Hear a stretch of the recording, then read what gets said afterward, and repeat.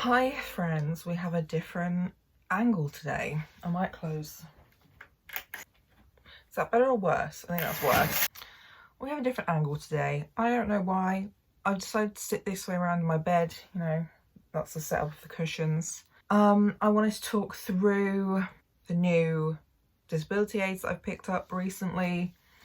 I'm still very early on in the process of trying them out, but you know, just wanted to have a chat and talk about them. Okay, so I'll talk about the earbud things first from Flare. They are basically supposed to be like inner earbuds versions of ear defenders. There's a day version and a night version. I don't entirely understand what the difference is supposed to be. This is the night version. The day version I've got in like a clear whitish sort of silicone colour, and the night ones I've got as a black, so I can tell the difference. Basically they each come in their own little like baggie. You know, good luck to me ever actually fucking using these bags properly for longer than 2 weeks. They come in like a selection, they come in a lot of packaging, but their packaging is like relatively eco-friendly. So they come in like pretty standard cardboard envelope. They then come in their own separate envelopes for the type that they are. So yeah, they're called Karma ones. They're Karma Flare earbud things. I don't know. The ones for sleeping or nighttime are just Karma Night. The other ones are just Karma. And they have little like info on the back of these as well of what they're supposed to do. Sleep and comfort, knowing that stress-inducing sounds will be smoothed out and less irritating. Minimal loss in volume means you can still hear alerts during the night, but the sharp, sudden edge is greatly reduced. That you also can wear them like in the evening. It's not just for sleep, it's like evening sounds. And then also the night ones are like an extra soft silicone, so it's more comfortable. The day ones, yeah, they generally reduce the distortion that would usually be trigger points in everyday life. But they also make sound better. So apparently they would be good to wear under headphones if you listen to music, or at concerts for a clearer and higher definition sound. They're good for playing music, being out in nature, watching TV, live events, conversation, ASMR, gaming and speakers. Yeah, and then they also come in another set of little packaging. So this is where the actual earbuds are in, and they also come with their own like 5 simple steps. Getting the most of your Karma experience. This is just for the day ones. Read the instructions, make sure you have got them in your ear properly, otherwise they won't work the way they're supposed to. What should I listen for? Noises such as mobile notifications, baby cries, car horns, dogs barking. They should no longer have a sharp, harsh like edge to them. My dog is annoying and barks a lot, so I'm hoping that'll be better. But also like better sound quality, which I think I was starting to hear last night. I put them in yesterday evening because my dog started barking and was being annoying. I think I was just sitting in my room later in the evening, took one out because they're kind of uncomfortable. Not gonna lie, they're not like super easy to like get used to and wear. But like they have a little toggle on them, and that's how you can pull them out your ear. And it's curved. So if I can remember this properly, for me the instructions of how to put them in did not help. So the curved bit goes into your ear, like into your inner ear.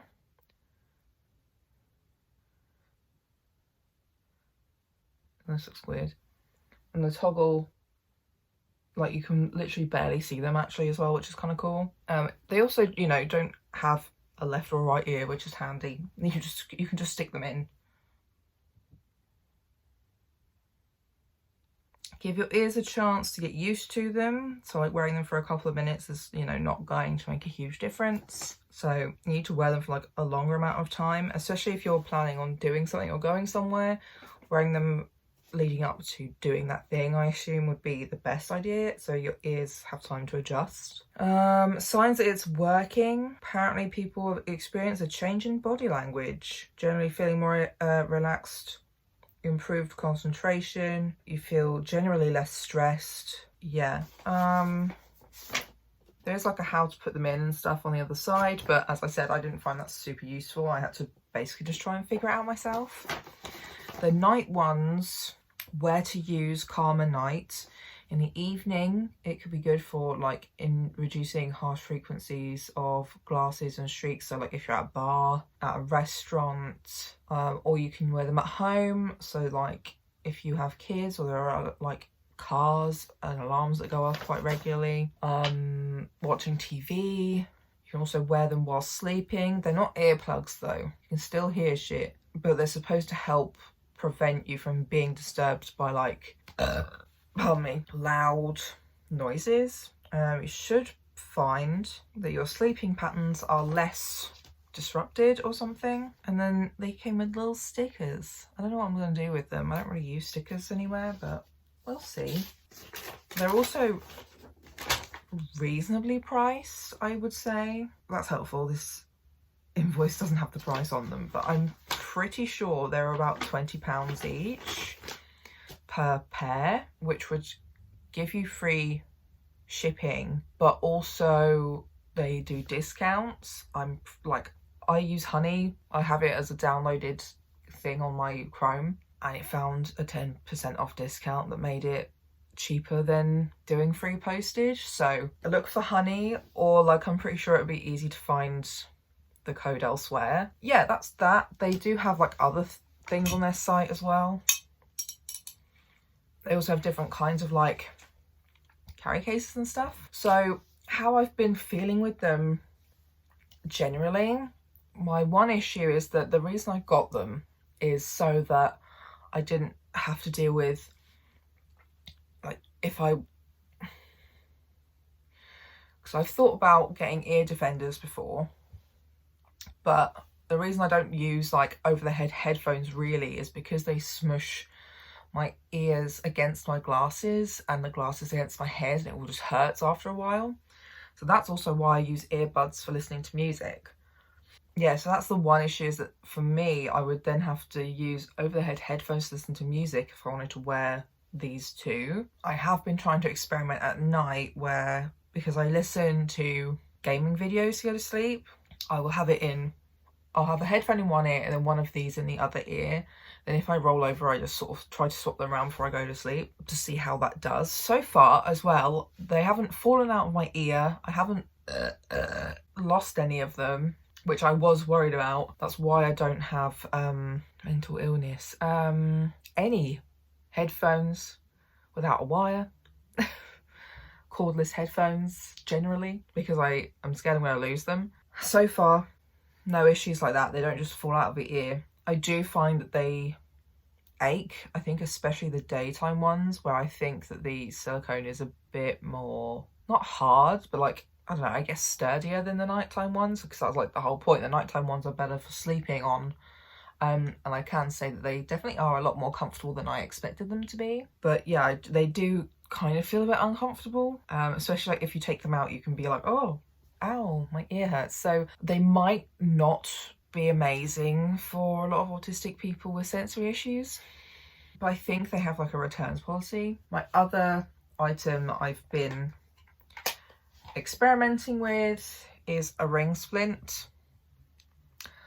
So it was supposed to go on this finger, does not fit, even though I did the measurements properly and asked the maker how to do them. It does fit on one of my other fingers that I was thinking about getting a splint for. The only thing is, it's hard to push it on without also like knocking my joints about in my finger. So I've been trying to wear it, see what it's like. These are quite expensive because they're made of silver, but there really aren't many other options unless you want to get like plastic ones from an occupational therapist, which I don't have access to. Well, now I do. and she's also a hypermobile and hand specialist. So we'll see, but right now we are starting off with compression gloves, which I don't talk about in this video. Maybe I'll talk about that as a whole separate thing another time. But I now have access to an occupational therapist who also specialises in my area of difficulties. So we're moving up in the world. What the fuck? What the fuck? Wow. But yeah, so I've been trying it on this finger. I wanted it on this finger in particular because this is my main finger that does everything, you know, using my phone, like holding things, like pens and stuff, because my joints are very bendy. And this is why I wanted to get splints, is for like, because even I have a Mac because the keyboard is very light, but with repetitive like motions, that's what my joint does. And the more it does that, the more they start to hurt. And this has become more of a problem again recently, because I think my general inflammation levels have been down for a few months. I think the inflammation kind of made my joints stiffer, but because I'm so hypermobile, the stiffness just kind of made them normal. So now that I've had inflammation like low for quite a long time now, I feel like they are just sort of getting a bit wobbly and crazy. So I am going to be asking my rheumatologist to see the occupational therapist for advice. I've tried physio, I have a chiropractor who gives me exercises, you know, like I've seen all those people, I have the exercises, I've done them, I've tried hydrotherapy. It doesn't make a difference.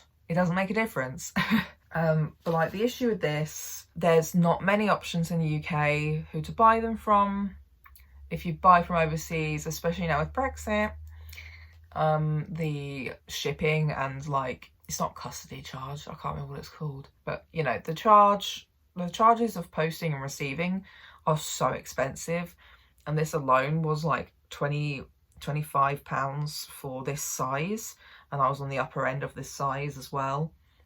So if this one doesn't fit my other fingers, I'm going to be looking at maybe £26 to £30 alone per ring, plus postage.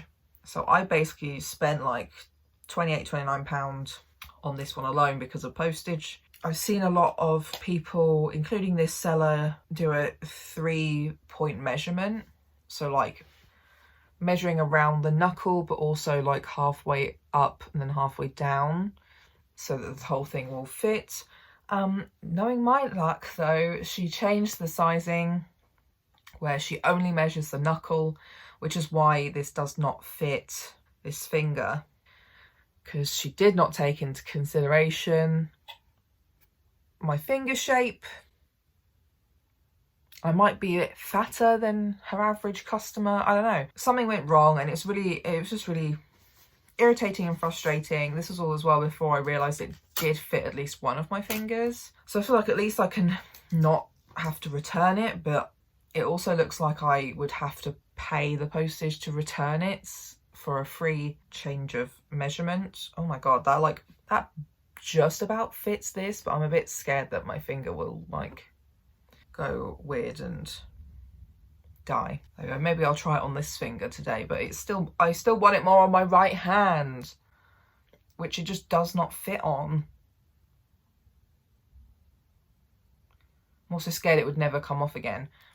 So yeah, that's the issue. It's just that the sizing does not make a lot of sense. It's difficult to put them on because, like I said, pushing this ring down makes my other joints knock and lock out. They're pretty expensive. Yeah, I spent £28.99 altogether on just the one. There's just not really any other options. There's another place in the UK that does also make silver ring splints, but you need to have a prescription / referral from an OT. Look, my fucking finger's losing circulation as I'm wearing this, so I'm gonna take this off, put it back on my ring finger. So like, even though, yeah, I feel like I would probably benefit from using these, especially on days where I'm like maybe texting a lot or typing a lot because I'm making a video or writing for my blog or what the fuck ever, you know, I would benefit from wearing them on those kinds of days, not necessarily when I go out and stuff, but yeah, mostly when there's sort of the impact of pressing things, because like, so I kind of mainly want it for these fingers.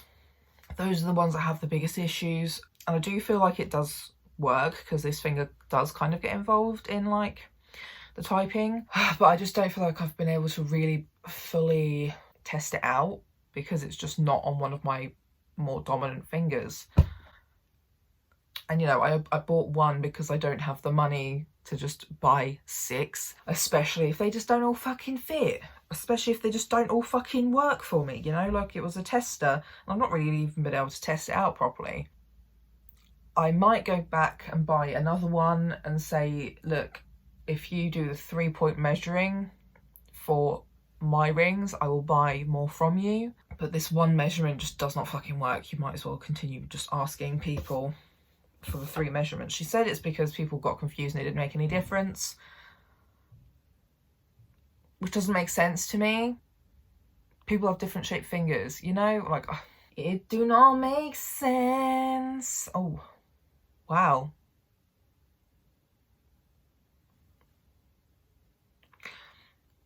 But back to these for a second, because I was just taking them out. It definitely, that is really weird. You can definitely still hear like pretty clearly with those in, but taking them out, everything just feels a lot more like loud. There, well done. But yeah, that's kind of it for now. Let me know what you think. If you know any other kinds of disability aids that you think I should try out, or other ring splint makers in the UK that I should try out. There is one that I'm keeping an eye on. Her shop is not open yet, but I'll try and remember and put like a photo of the Instagram of the business here. I'm really looking forward to like this one opening because they're way more like affordable. They're made of resin and have like way more of like a funky color range and shit. So I think they would be way more accessible and way more appealing to many people. And I definitely felt there was a huge gap in the market for ring splints because not everybody wants to wear ring splints that are either gold or silver or like, you know, big chunky jewelry. Some people do just prefer bright colours and glitter and shit. And I was like, this is definitely like, I know a lot of hypermobile gays, and I was like, this is definitely like something a lot of my hypermobile gays would be into for my audience, basically. There we go. Leave a like on this video, leave a comment, give me some recommendations of other things that you think I might, you know, want to try or would benefit from using. Subscribe to my channel to see more of my videos. And I'll see you next week. Bye.